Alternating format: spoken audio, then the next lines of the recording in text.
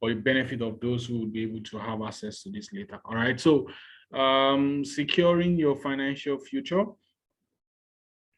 If you have read the book, can I get a yes in the chat room? If you have read the book, your answer is yes. If you have not yet read the book, your answer is no. If you have read it, yes, yes, yes. Okay. All right. So this meeting link was sent to over 50 persons, but I don't know why we had just 6 in here, and that's fine. What I intend to do is that I intend to, not just have a book out there for the sake of writing a book. I want people to internalize these things and then implement them. I've personally myself, when anybody asks me, what's the, like the best set of books I've ever read in my life, the very first one is Be All You Can Be by John Maxwell. I read that book in 2009, and then it took my life from here to 100. In 2014, I read Goals by Brian Tracy. It wasn't a business book as it were, but the lessons I got and then the things I wrote down from the book and worked on, made me my first million as a person. Less than 6 months from then, I tripled the result following the same principle, on and on like that. Every time I've constantly continued to live my life by the principles I learned from the book Goals. So the first one, Be All You Can Be. Why was it so significant? I read it, I think I was in 100 or 200 level. It was at a time where I was actually struggling to understand who I was, what I could be, what I could do. Taking lessons from the book and then following through changed my life drastically. I read the book again 2020. I didn't get the same feel I had in the first time because I'm growing, but it's still, like I had the fuel, the energy yet all over again. So I figure that the best of books, I have a very, very big library, but the best of books, the ones I recall the most are the ones I actually worked upon. So this is what I'm trying to say in essence. You would only be able to get the juice, get the best of benefit from this work when you take out time to not just read but implement. I had it at the end of the video, over 2 hours long. At the end of the book, over 2 hours long, video materials. And this was from one of the trainings I did, in recent time. It's everything you need to know, honestly, like everything you need to know about investing. And I used cryptocurrencies as an example. I think I used currencies as an example, how you can grow over time and then get good results. So basically the book just has 5 chapters, and in the 5 chapters, yes, I think, okay, let me just do a general overview first, and I'm going to hear from everyone here. The first thing I talked about in the introduction of the book was wealth creation. Essentially, I talked about the fact that we are in 2021, no doubt, but the principles that made Solomon rich, if there was a Solomon, the same principles that made Abraham rich, the same principles that made the likes of Bill Gates, the likes of Elon, the likes of Dangote, and every rich and successful person that you find around you. These principles have not changed. They will never change, all right? But you would figure that the industries keep changing, all right? Abraham was a farmer. If what did, back to him. Solomon, yes, he had investments in gold, he had farm also. There was that era of massive agriculture. Then we moved on to industrialization. Several years, a lot of things happened in between, no doubt. Then we are in the era of technology. Okay, this is the dispensation of technology, and then you can see the massive wealth that technology is making possible in our world today. Ladies and gentlemen, the opportunities are actually very, very open. This is the generation where you don't have to know how to code before you make money from technology, as it were. You don't have to know how to literally, like, you don't even know how to need to know how to communicate or do anything. Once, there are diverse opportunities in our world today. If you're trying to see how to create wealth, you can make money. That's different. Creating wealth would take a little extra things to do other than making money. All right. So I talked about the need to make it a personal journey. These are part of the things I shared in the introductory part of the book. Make it a personal journey. Answer the question like, what's my drive? Why am I trying to get financial freedom? Am I trying to be richer than my neighbor, or am I just trying to be rich for myself? Am I trying to go get money so I can, oppress people? That type of, euphoria people want to live in today. No thanks to social media, no thanks to the advertising we have in our world today, always telling you you are lacking something. You're only going to be better if you buy this product. You're only going to be a good guy once you achieve this next achievement, once you get, but you will discover that if you get yourself lost in all of this, you will just be in a rat race. Like, you are not here, you are not there. You will not find happiness, you will not find fulfillment. Okay. But when you personalize and make the journey, from within, such that what you're actually questing for, you're not trying to oppress nobody, you're not trying to compete with nobody, but you want to do, put yourself financially at a position where you are not incapacitated as a person, where you can take care of your needs and then, create wealth for the coming generation. And then I talked also about the fact that no matter how smart you are as a person today, you would not be this smart in the next 20 years, 30 years, 40 years. It is not a course. You and I will not be at the same physical, strength that we have today. So therefore, there would come a time whereby you would not be able to make money from active, doings anymore. I also will not be able to, sit down and make money from working actively anymore. It's not a course, it's just the reality that will catch up with everyone who is living and breathing. So I said the ultimate thing to do, way to secure your future, right? The days when you will no longer be physically active to work, the best you can do is to make sure that what you invest into the future. All right. Because every time you're investing, you're actually buying a part of the future. When you spend money, right, it is gone. Every money that comes into your purse, every income that comes your way, 1K, 2K, $1 million, 2 million, whatsoever it is, right? Every income that comes into your space is a capital. Some of your capital, unfortunately, have to go into your recurrent expenditure, which is your expenses, either your rent, your feeding, and those basic needs, right? You just have to meet them. But you need to deliberately take a portion of what's coming in as your current income, right? And then start using them to buy assets that can generate money for you against the future. This is very, very, very important. If you work a pensionable job, it might be slightly different. You might say, okay, I'm just good enough with my salary. Hopefully you don't get out of the job. Hopefully you don't get terminally ill before the time where your gratuity or whatsoever it is, your pension would be something substantial, right? Hopefully, because I know we're living in a world where we all don't expect accidents. We all don't expect bad things to happen to us. We don't expect cancer. We don't expect sicknesses. But come on, you and I have been on this planet enough to know that they happen to humans every fucking time. Like, every time humans get sick, humans get accidents, things just happen, and then the financial trajectory of a person's life changes forever, right? We don't pray for bad situations. The motivation here is not even against the bad days, right? The motivation is against the good days that you want to create for yourself. Then in the first chapter, I talked about the fact that if you want to achieve financial freedom, there is one important ingredient that you can't just decide to joke with. There's nothing you can do. It's, very, very imperative. it's a constant thing that you must first have.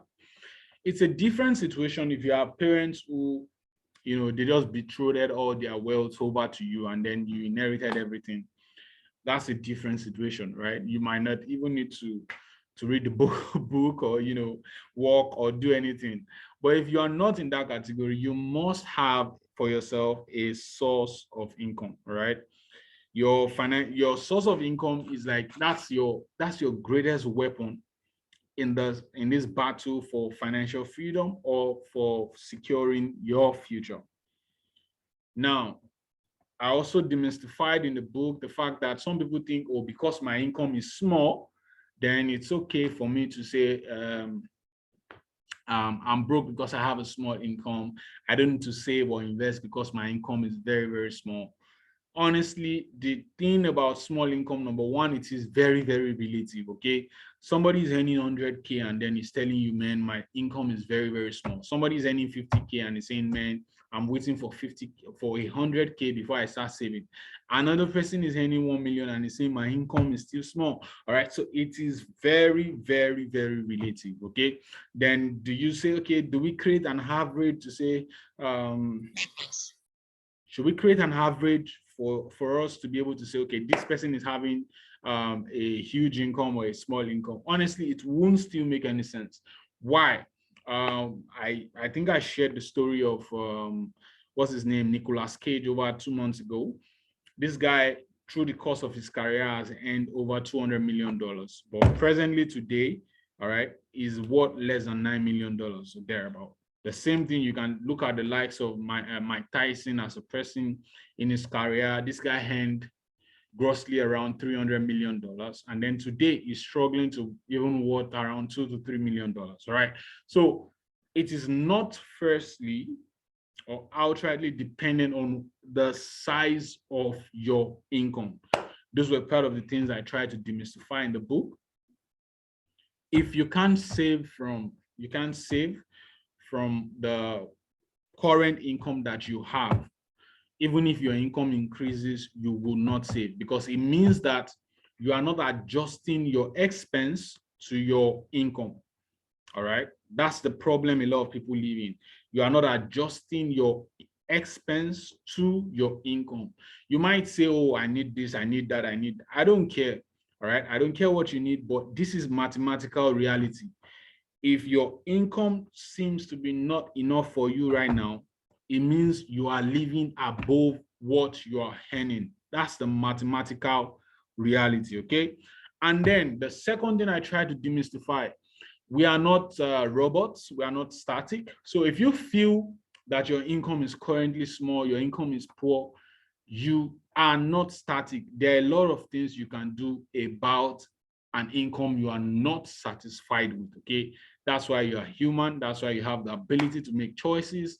That's why you have the ability to migrate if you need to. That's why we have the ability to change jobs, switch jobs, learn a new skill, and all that, all right? So I classified all the income possibilities and categories.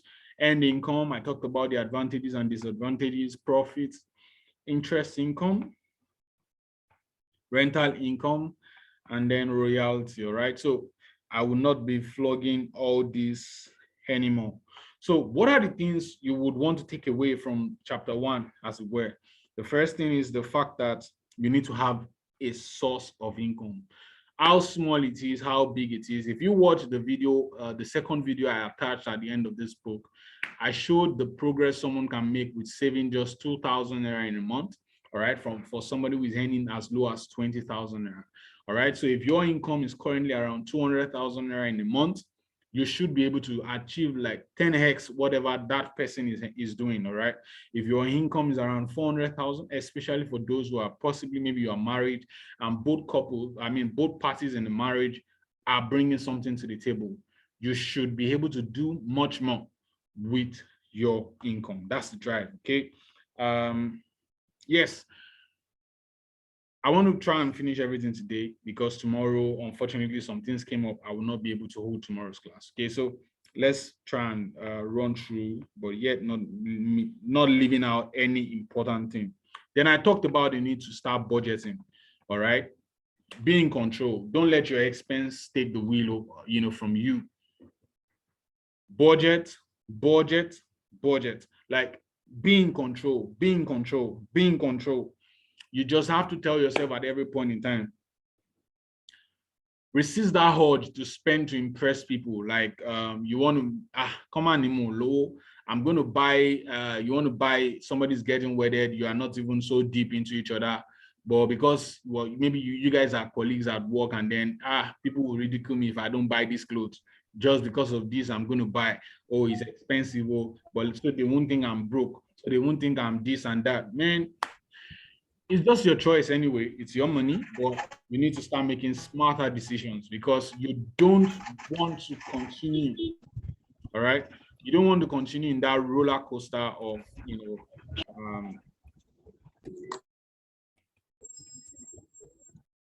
excuse me. All right. So you don't want to continue in that roller coaster of not having enough, not being enough, just because you are trying to impress people. Please and please, just, like, take away that urge to impress any living, breathing person in this world, right? It will make you happy ultimately. Then another thing I would like to spot also is the fact that your level of education does not really, determine how financially successful you can be. Your IQ doesn't really determine how financially successful you can be. All right. Wise, educated people are broke. Uneducated people are broke. Educated people are rich. Uneducated people are rich also. Because why? The principles, once you follow the principle, it doesn't matter if you're academically smart or not. All right. You have, if a professor, for example, you're earning maybe 1 million naira a month, and then your expense at the end of every month is 1 million or 1.2 million, you are going to be broke. So it is not depending on the level of education that you have, as it were. It is actually dependent on your ability to follow what's it called? Stated principles. All right. Once your expense exceeds your income, you would be in debt. All right.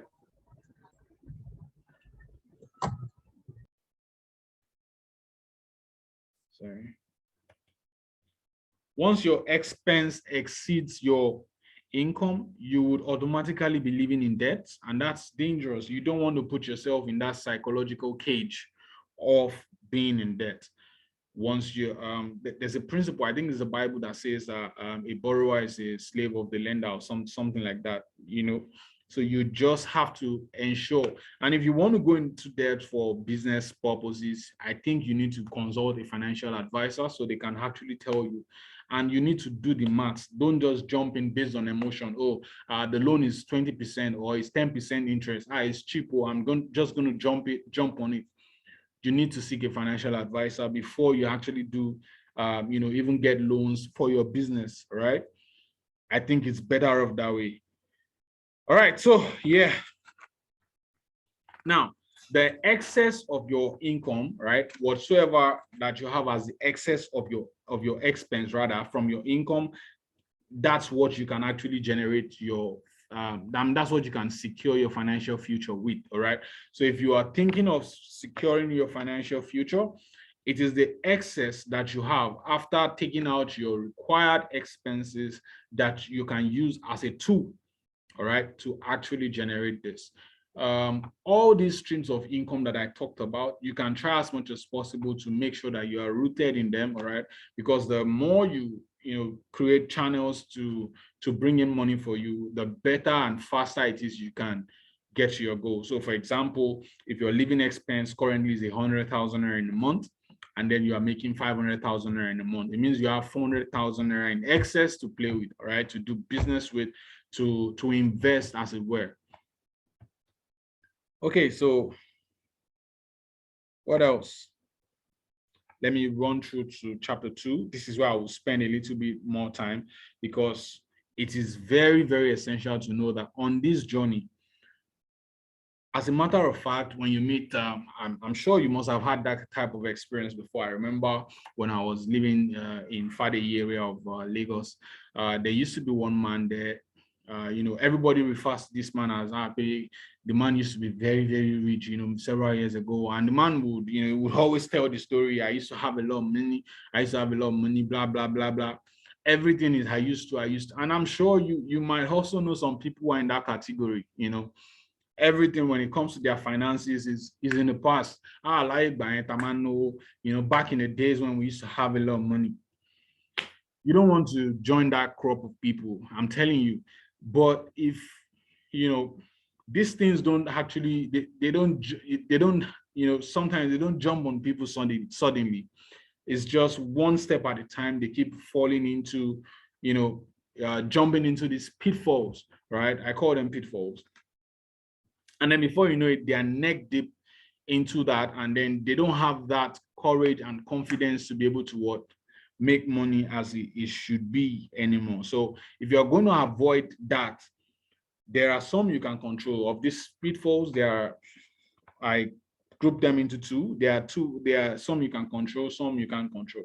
I've talked about your living above your income. If you are doing that now, I don't care. See, if you're doing it as a student, you will do it as what's it called, as somebody who is working or who is running a business.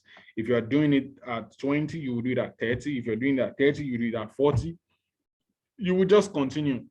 You need to get to that breaking point when you say, no, I need to do something about my, you know, my pattern of living.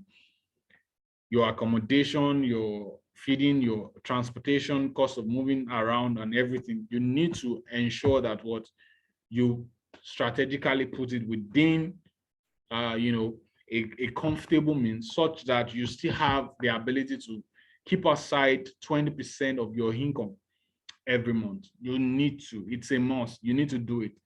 The younger you start, actually, the better, right? What you'll be putting aside at the beginning might be very small, especially maybe if you're a student, for an example, or you're somebody who is just an entry level worker. You know, of course, your earnings are still small, but what you'll be putting aside might be small at the beginning. The most important thing is to start and then create that habit. All right, create that habit. Another thing you can control is the consumer debt. I already talked about that. Another pitfall people get into is the pitfall of not investing. Why do everybody knows that investing is very important, all right? Every living, breathing person knows that, okay, yeah, I need to start making my money work for me. You know, that's the only way I can retire early and retire young and retire smart and, you know, enjoy my life. Everybody knows, every living being knows, but how many people are doing it? That's the real concern and question that securing your financial future intends to answer. All right, doing it. Now, why do people fail to invest? Some people say, okay, because I've lost money in the past, that's why I'm not investing. Because I did one business that failed, that went wrong, I'm not going to do another one. I put my money here. And then if you listen to the first, especially the first video, I already talked about some things are not investing, okay? When you are putting your money in some online websites that tell you we'll double it in so days, we'll flip your money for you, MMM and things that look like it. Those things are not investing. They are just, you are gambling. That's the best way to put it. You are gambling, you're going to lose your money. And then you start saying, oh, investing is not good. Because you didn't invest in the first place. Investing is very, very simple. It is what? Buying into assets, all right? So you are not buying anything. You're only saying they want to double your money. They want to flip your money for you. Man, that's one pitfall you should avoid and run from anything that looks like that. Bring your money, let me trade it for you. Bring your money, let me do this for you. I can't tell enough a number of people who keep telling me, you know, they've lost money to stuff like this. Personally, in the past, I've also lost money to things like that. So you're not alone. All right. I remember the first set of Bitcoins I bought in 2015. I was using them for Ponzi schemes, right? I also thought that was the right thing to do at that point in time. I did Lara with me. I did CoinHar, MMM, which other one? You know, so many of them back in the days, because I also thought that that was the way to go. I never realized until much later that what you need to buy these assets and own them, store them, right? Buy the assets and store them, right? This is when you're actually what investing as a person. Then what you can't control inflation, all right? No matter how nice you are, no matter how good you are. And I did the dollar mathematics. You know, if you had a million naira in January 2020, it was $3,120. And then as at this time, you know, the price of $1 now might be around 510, 520 thereabout. So 1 million naira now is about $1,900 thereabout, or let's say $2,000. Okay. There's massive depreciation in the value of naira and a host of other currencies. You need to ensure that you put your money in places where inflation will not eat up your money. All right. It's a must do. It's a must do. And I talked about my investing channels. Yeah, I said avoid get rich quick also, you know, you could read that to catch the vibe there. Then, yes, when it comes to this part, I started talking about the actionable steps that individuals need to actually begin to take. You would discover something, guys. You would discover that a lot of people, you know, read a book like this, a thing like this, and then you are personally driven, motivated to say, okay, I'm going for it. Then 2 months, 3 months down the line, you check up, you don't have anything invested anymore. You've gone into your portfolio, sold off everything, and then you're back to square zero.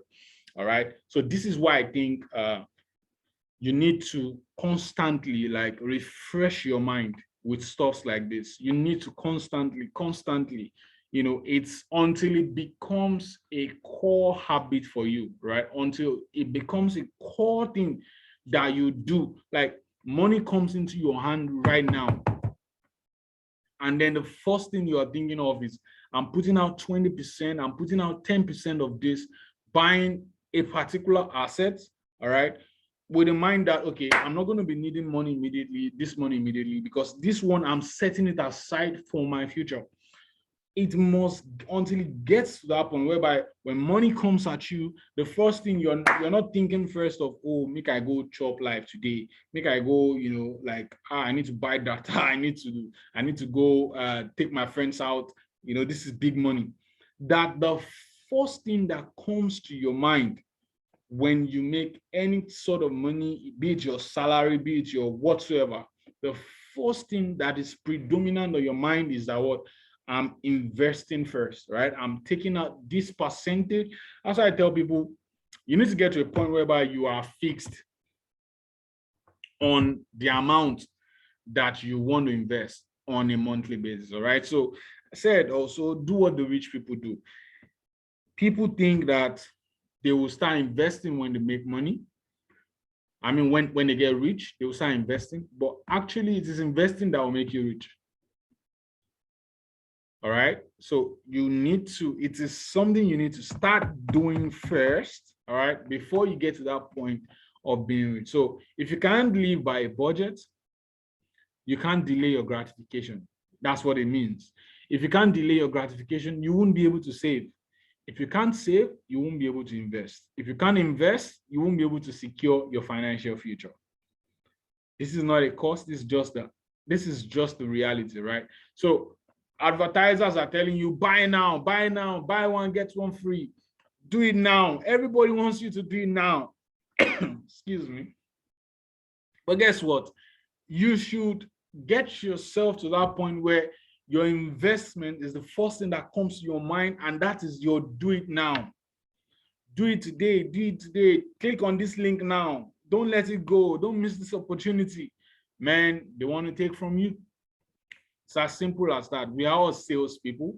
I'm sure you are either selling something or rendering a service or the other. And you know how you talk to your customers, right? That's for those who are not working. You want everybody, come and do it now. Bring the money now, right? That's your drive. That's my drive as a business person too. Bring your money to me now. I need your money now. That's what, the guy selling online. Everybody wants your money when they want it now.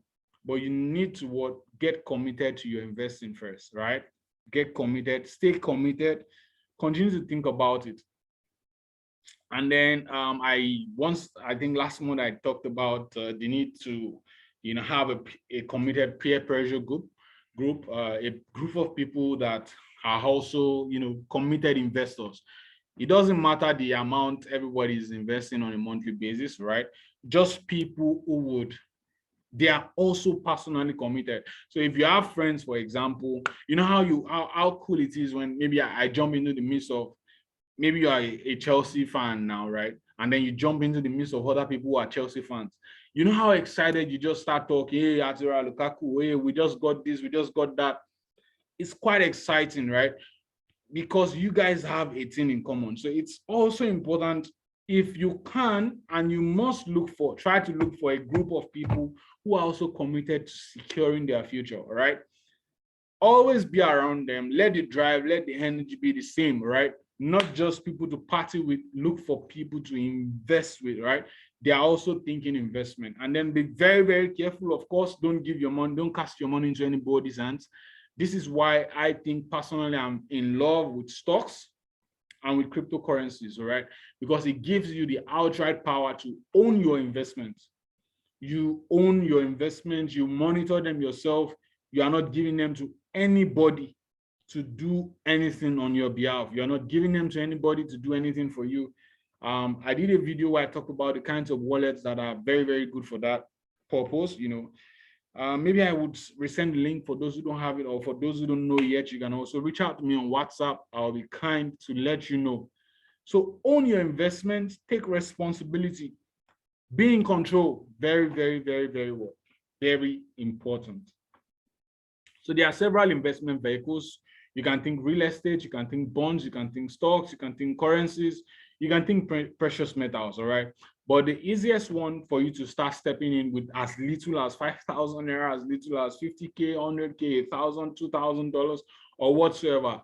Today, you can do bonds, you can do cryptocurrencies, you can do, currencies also. You can buy into currencies with the little money that you have. So there's no point trying to wait. And then here I talked about, some of the things you need to know and how to start going about it.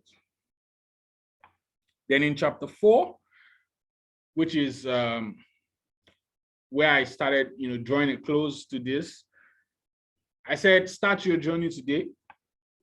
Don't wait till tomorrow. Like, you don't need to wait till tomorrow. Honestly, tomorrow is a mirage.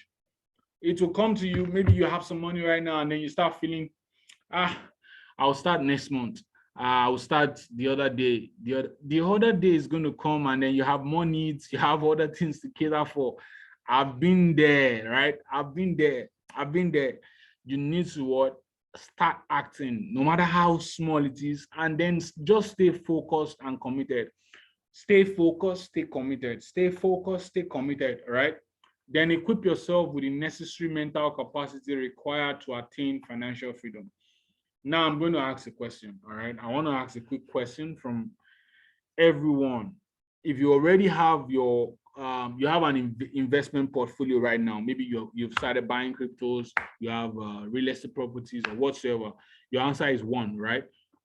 If you have any investment portfolio right now, just type in 1, 1, 1, 1. I want to see in the chat room.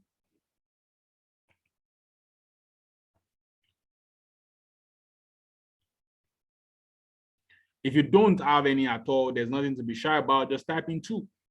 You don't have any at all right now. The answer is 2.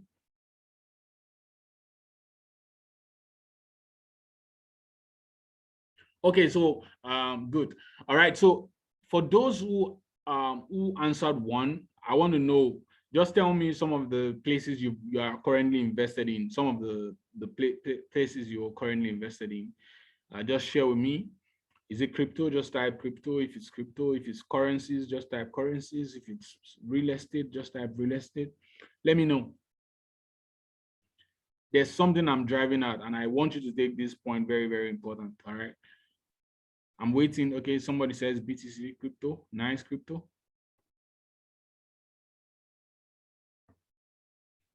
Okay, good. So let me take crypto for an example, right?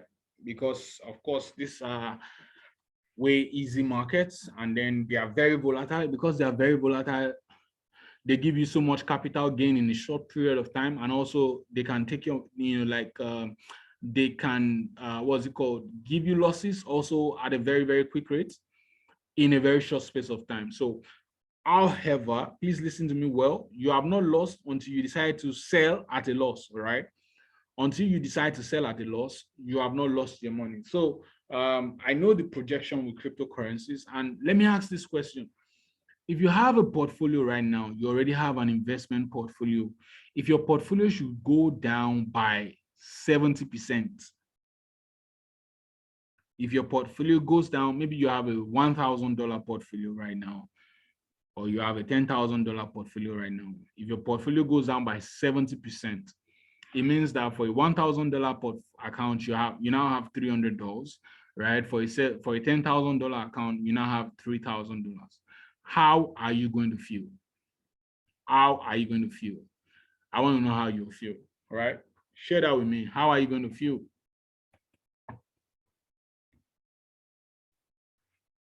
How are you going to feel? Currently, your assets have gone down in value by serious chest pain. Yeah.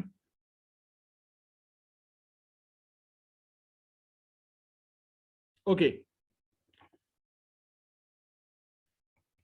This is where building capacity comes in. Go check out any market at all that you're playing in. Please and please, you'll feel bad. Yeah. And see, I want you to be very, very, very studious when it comes to investing. It's not even so complex. Just when we click off the buttons today, like you can get so many informations, right? Investopedia is there. So many platforms, that you can actually get information from. The cryptocurrency market, for example, goes in cycle. There can be bear seasons, there will be bull seasons, but you don't lose until you have decided to sell. All right, until you make that sell decision. So for example, if you buy Bitcoin right now, or maybe you bought Bitcoin at 64,000, the price is currently like 40, 45 thereabout, right? As of my last check, 45K, let's assume. If you did that, you are currently down, right, by maybe about 20 to 30%. But guess what? In a year from now, by 1 year from now, that won't even matter at all. Because the price of one Bitcoin might be maybe 100K, maybe 120, or whatsoever it might be. I remember buying Bitcoin at $650. Price went to 1,000. All right. From 1,000, price went all the way down. We experienced 700 or thereabout. And then again, from that, price went to over 20,000 in 2017. So understand this. You need to ensure that once you are sure of the assets you are buying into, if, for example, this paper I'm holding right now, you have figured that, okay, it's a good asset that I'm buying into. You must not let the short-term price movement mess your mind up. It is very, very, very important. This is how you are going to last in the game. It is more psychological than logical. All right. You need to prepare your mind. This is why I tell people, especially people who are just starting the journey, you must prepare your mind. You need to psychologically be ready. All right. So that's why, number one, you're not going to start using emergency funds to invest, but you must prepare your mind that the value of this asset I'm holding can go down by maybe 50% and go down. Sometimes it won't get that low. But you must prepare your mind to understand that it is when it is low, those are the buying opportunities. Because the principle of investing is that you are buying at a low price to go sell at a high price. So when prices are low, these are investing opportunities. However, because you are not a speculator, you may not really understand when price will be low or when price will be high. That's why I said you must focus on what Naira cost averaging or dollar cost averaging. You just commit yourself to buying maybe on a monthly basis, maybe on a weekly basis. You are not concerned whether price is cheap or price is expensive. You just continue to do it routinely. These are some of the things that, you need to build capacity for. You need to build capacity for, right? If you buy stocks, for example, now, those who bought gold at the peak price of gold, they are currently down in their portfolio by around 12%. All right. This is when the likes of Warren are looking for things to buy. If you buy Tesla stocks, as at about 2 months ago, went very, very deep down. All right. But now prices are back up. And guess what? This is when a lot of newbies want to start jumping in because they are excited. Of course, if they leave it for a longer time, they are still going to make money. But you should understand that price will go up, price will go down. This is not manipulation. It is not the end of the world. It is nothing at all. It's just normal. That's the way financial markets or investment assets generally, that's the way they behave. If you buy a land, for example, you have a plot of land, maybe you bought it in a very good area, maybe say in Lagos, maybe 40 million naira. And then 6 months or a year later, you bought it because you want to flip it. Somebody comes and is pricing for 35 million. Are you going to sell? Very likely, no, you won't. You just say, well, it's my land, it's just there. It's not chopping my money, like people say, it's just there. The same way you see your digital assets, the same way you see the physical assets that you can actually touch. I didn't really get much time to talk about this in the book, in writing. That's why I've really, really tried to emphasize this point. And I hope you get me. If you understand what I've explained so far, please, I need you to type a yes. If you don't, please type a no. If you understand what I've tried to explain so far about the need to be mentally stable and then to be psychologically ready for different price movements, please type a yes. If you didn't, please type a no. Oh, awesome, awesome. All right, so don't let your emotions be overrun, all right? Don't let your emotions be overrun. Of course, we are humans, we're emotional beings, but try to understand. Give your assets time. All right. Bitcoin is not something you buy and then you're saying, I want to make 30% in 3 months. It can happen, but you don't be speculative, all right? With any investment class at all, don't be speculative. Buy with your spare money, keep buying over time.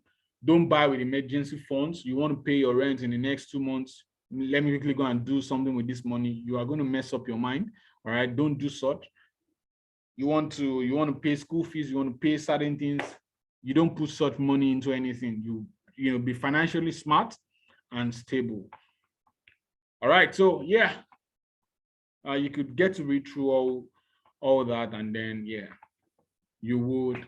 Then yes, pros in the Zoom font or whatsoever. This is German actually. It means cheers to the future. All right, cheers to the future.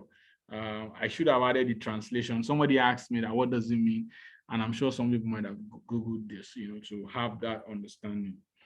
But yeah, never forget about your financial goals. Please and please keep that very strongly at the back of your mind. And then I asked some questions, and I would like to ask them over again.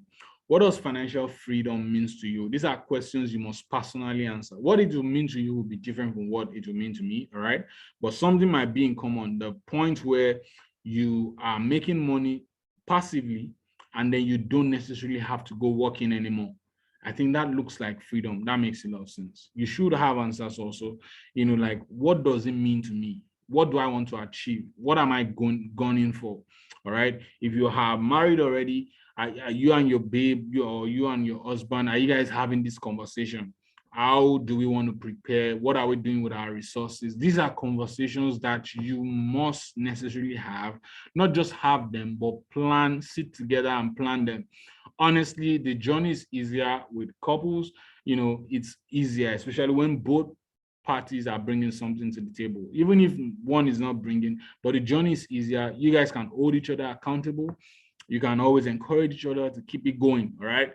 Then how would you know when you have achieved it? You should have metrics to find out. What fraction of your income are you putting aside on a monthly basis? You must have this. You must do it. It's a must do. All right, it's a must do. If you currently work somewhere and then maybe your cost of transportation is being taken care of by your business or by your job, you have more to save. All right, you have more to save. You have more to put aside. Don't put them all in on liabilities. Please don't fall into that trap. All right, don't fall into that trap. What fraction of your income are you putting aside every month? You must have something you're putting. Once you have a source of income, no matter how small, I keep emphasizing no matter how small, at least 10%. If you want to start trying, 20%. If you want to really, really be doing well, you should put way above that, aside on a monthly basis, not just to be saved, but to be invested. When you are saving, your money is not doing anything, especially with the Nigerian system. But when you are investing, your money is actually working for you because it has the potential to generate more value. Then what's your current net worth? You should answer this question also. So you know where you're starting from, you know where you are. If you're currently in debt, all right. So you put your debt, write them down, right? Don't freak out. Don't freak out, right? Because you've got debts to pay. Just write them down and start seeing how to plan yourself, how you want to pay your debts over time, and then get to the point where you now have, a very good balance sheet for yourself. What will be your net worth in the next 5 years, either as a person or as a family? What percentage of your income is currently being spent on needless things, all right? A lot of needless things we spend money on, right? You've got 4 pairs of shoes. You still want to buy the next one. You want to buy the next one. I know, right? Like, amazingly, people spend on certain things sometimes, and then we justify it. I'm the one working, so I'm just going to do it. It's fine. Like, it's your money at the end of the day, but there would be a time where you would not be physically active to work anymore. It might be sad that a lot of people go broke once their source of income is taken away from them. You don't want to be that, right? What will you start doing differently? Your answers to this question will help you to see the bigger picture. Okay, so don't forget, if you are yet to see these videos, they are long.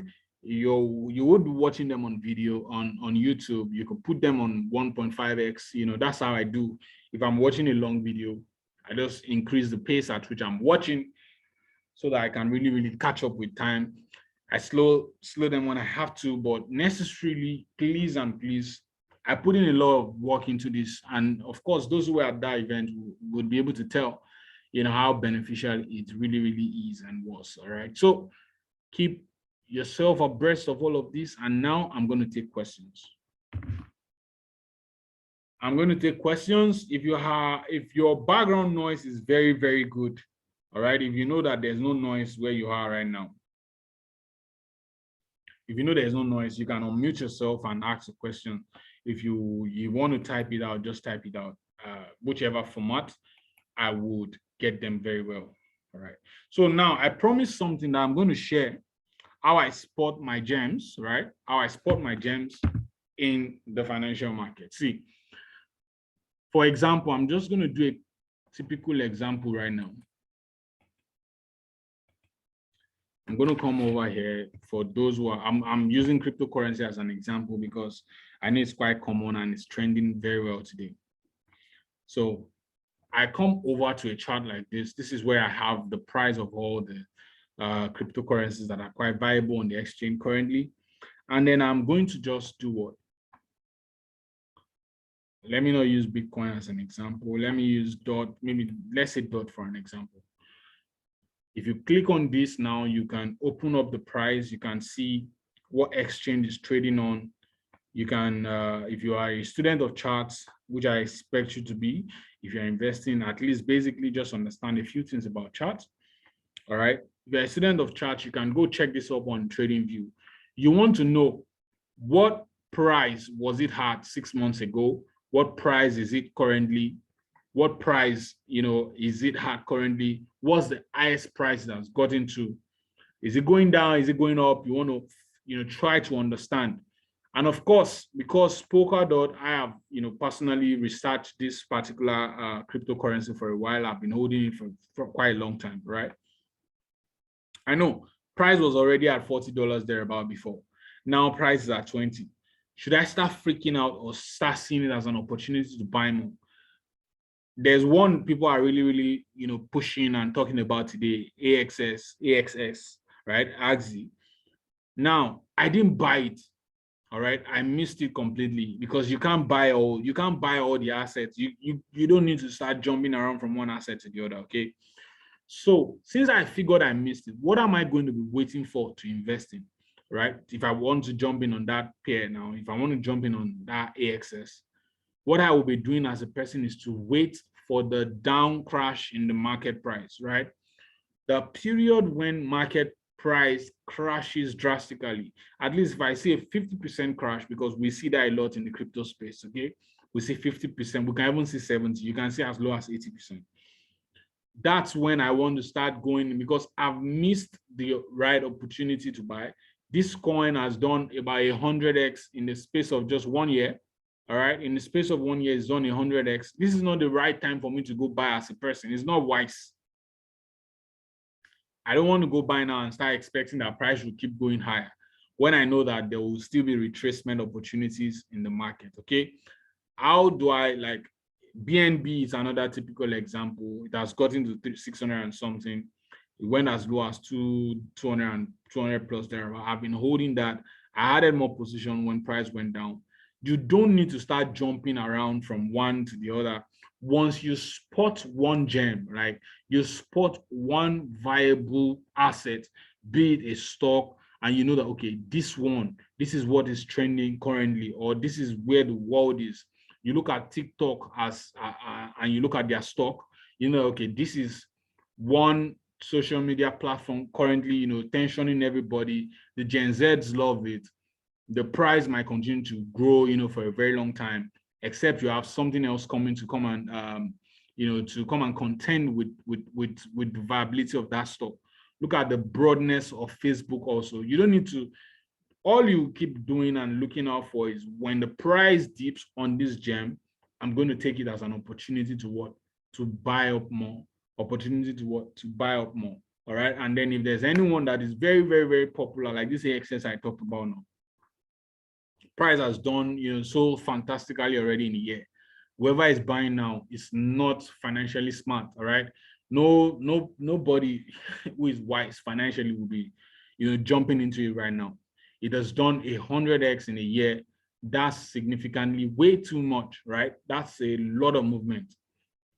You need to wait for price to crash drastically, all right? When price crashes drastically, that's your own entry opportunity. Once you spot, maybe you spot Cardano right now, it doesn't mean you're just going to jump in. Look at this guy has done over 42% in the last 7 days. Do you want to go buy now and then start expecting it to keep going higher and higher? That's one thing to do. But it's smarter if you actually wait for the crash of the price before you go in and take your own opportunity. All right. Somebody's asking, how can I buy stocks? Kindly guide me on how and the viable ones. Okay, good. All right. So if you want to buy stocks, for an example, within Nigeria, there are some fintech companies right now that makes buying stocks possible. All right. One of them is Bamboo. You can just download their app, subscribe to their newsletter, Bamboo Investment or so. So subscribe to their newsletter. You start getting certain information. So now, how do you get viable stocks, right? How do you get viable stocks? I want to believe you can see my screen. This is not just the only way, but this is how I try to, this is how I started my stock journey. You come over here to tradingview.com and then you come to markets, you come over to stocks. So I don't go by, what's it called? This top gainers, top losers of a thing. You focus on the large cap stocks, all right? Because stocks are classified into three. You have the large cap, you have the medium cap, you have the low cap. Now, this is how it works with stock. The large cap, are companies that are, valued from, I think, maybe $500 million and above, all right? So the medium cap companies are companies that are valued between $100 million, no, $1 million rather, $1 million to, I think, to about $100 million or thereabout. I'm not right with the figures right now, but they are calculated based on the equity. All right. So if, for example, you want to go check out the low caps, the low cap, the low cap companies are those stocks that are valued, the companies are still valued less than $1 million, but they're already listed on maybe the New York Stock Exchange. Number one. Now, the low cap stocks are the ones that have the, ability to grow astronomically, right? But you don't want to start your journey from there. You understand that?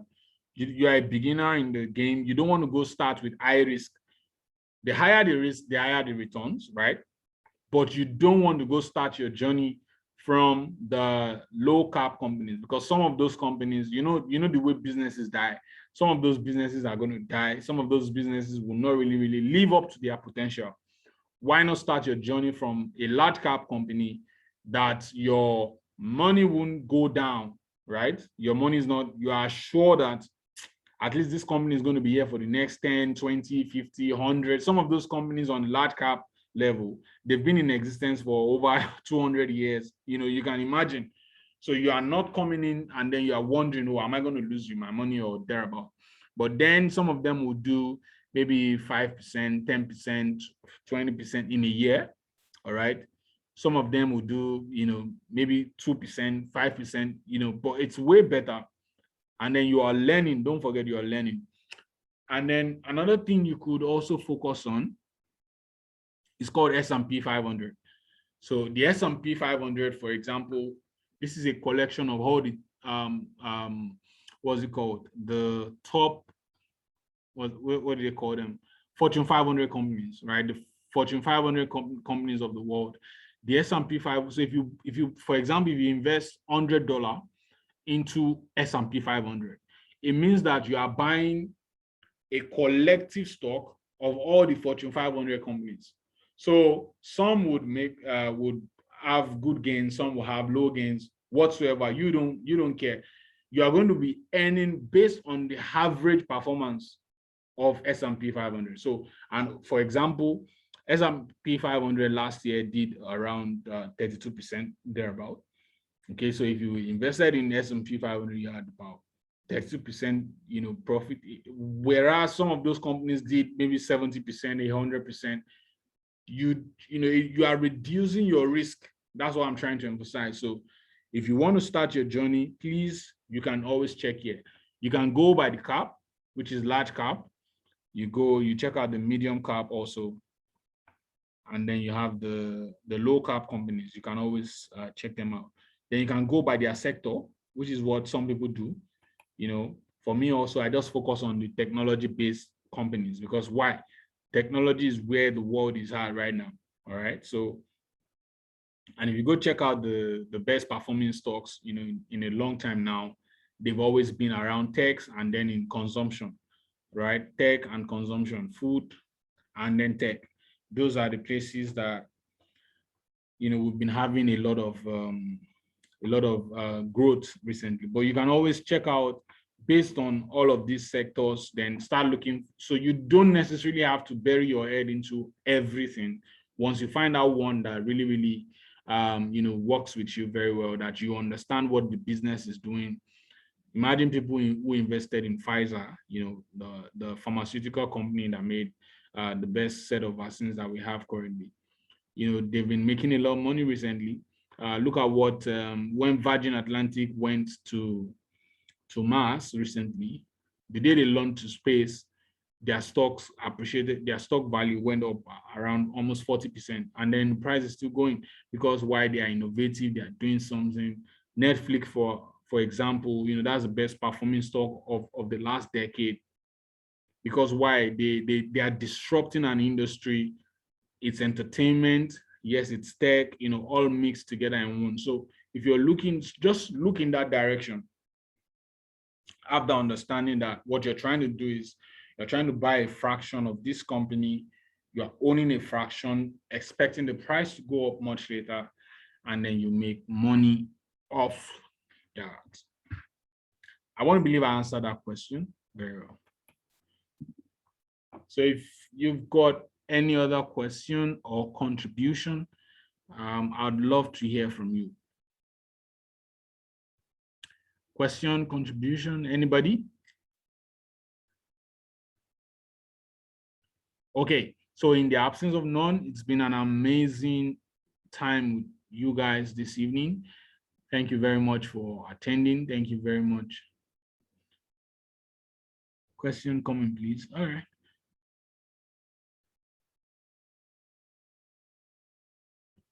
Okay, please, before us, if you've got questions, please.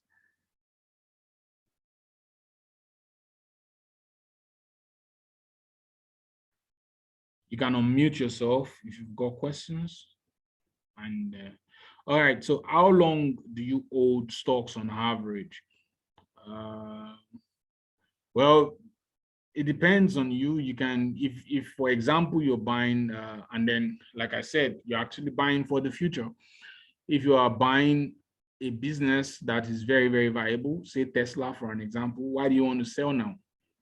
Why do you want to sell? They are the ones leading in the electrical, what's it called, car industry.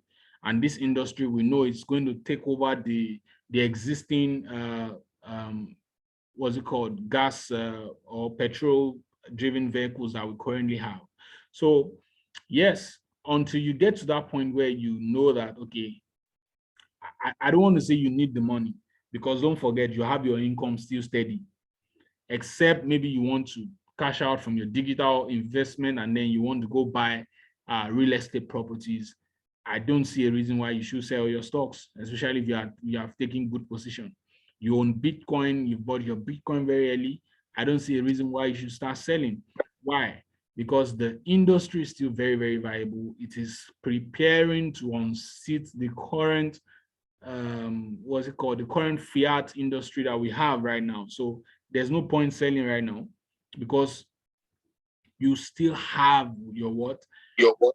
Income. So when you are taking your money off any investment, you need to reinvest it. That's the whole goal. That's the only way to secure your future. You don't sell your investment to go buy a car. That's a liability, right? You can buy cars maybe from your savings, but your investments, as much as possible, they have to secure your future for the days when you can no longer be able to work. So another question, will all this knowledge be impacted if one pay for your crypto and stocks? Yes, please. Yes, yes, yes.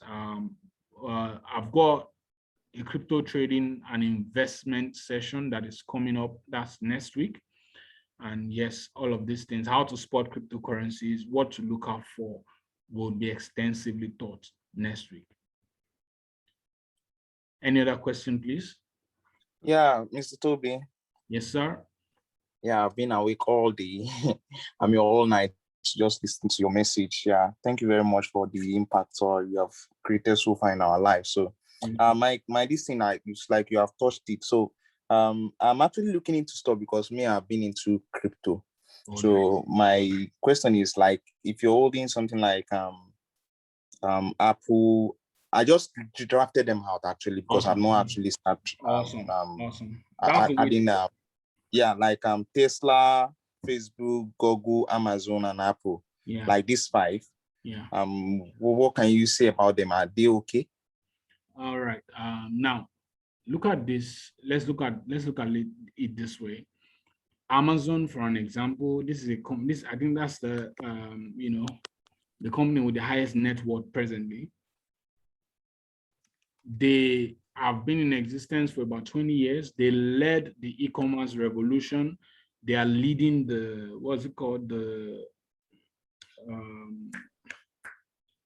automated delivery, right? Because Amazon is saying they want to start going into delivery by bots. With the way the world is moving, right? These guys, Amazon, for an example, they are going to be here for a very, very long time. It's a long haul for them. So what do you look out for when you're trying to invest in any organization? What current project are they doing? Are they just living on their past glory? Imagine someone being stuck when Nokia was leading the industry, the telephone industry, all right, the mobile phone industry rather. Nokia was leading. Androids were what people were loving.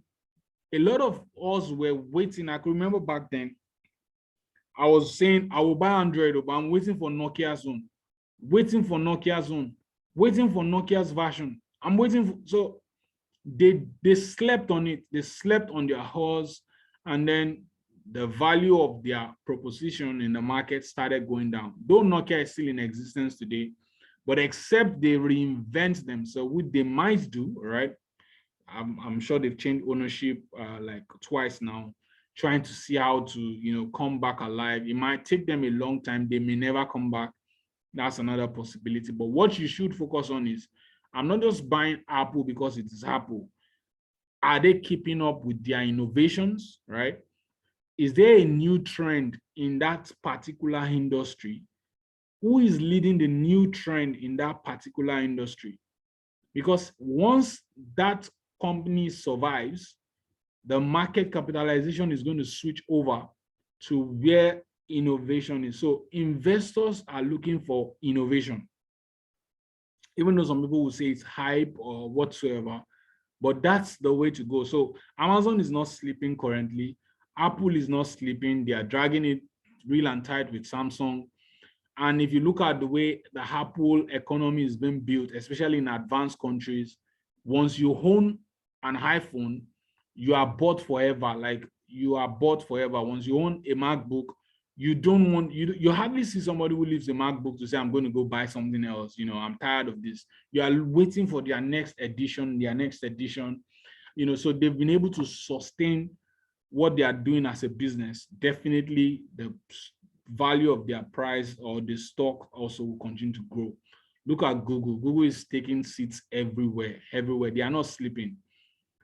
Yahoo was the trend, but Yahoo slept on their opportunities, and then you can see what the world is at. So when you buy a stock, you just need to be sure that they keep innovating.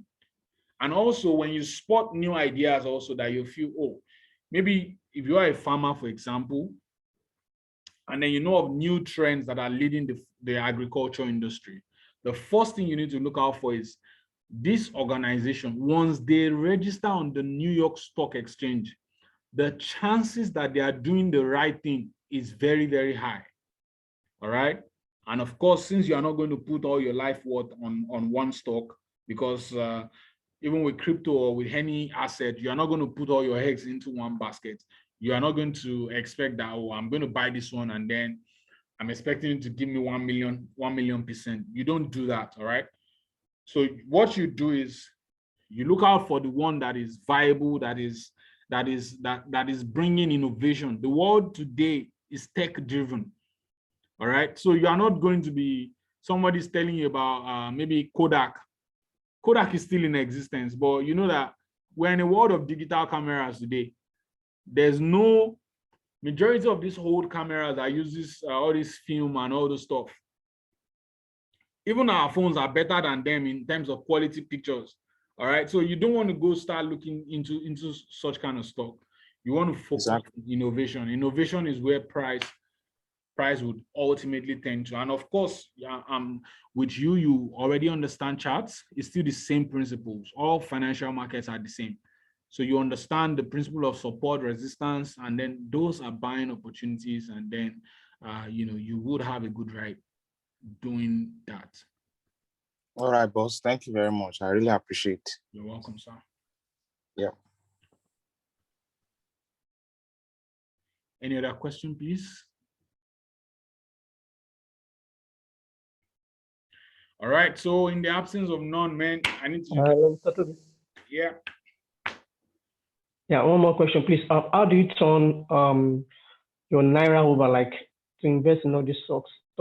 Is it like, for example, if you want to invest in Bitcoin, you can, and not cryptocurrencies, you can use what do you call it, Bitcoin and all of that. But how do you invest in this? Do you accept Naira directly or what? Yes, if you use Bamboo that I mentioned, Bamboo Investment, you can just download their app either on Apple or Play Store. Also, Rise Vest, right? There's Rise Vest. There's Trove, Trove. You know, if you use any of these apps, they accept Naira from you, they sell stocks to you in USD value. Okay. And when you withdraw, also you withdraw USD value, they give you Naira directly to your bank account.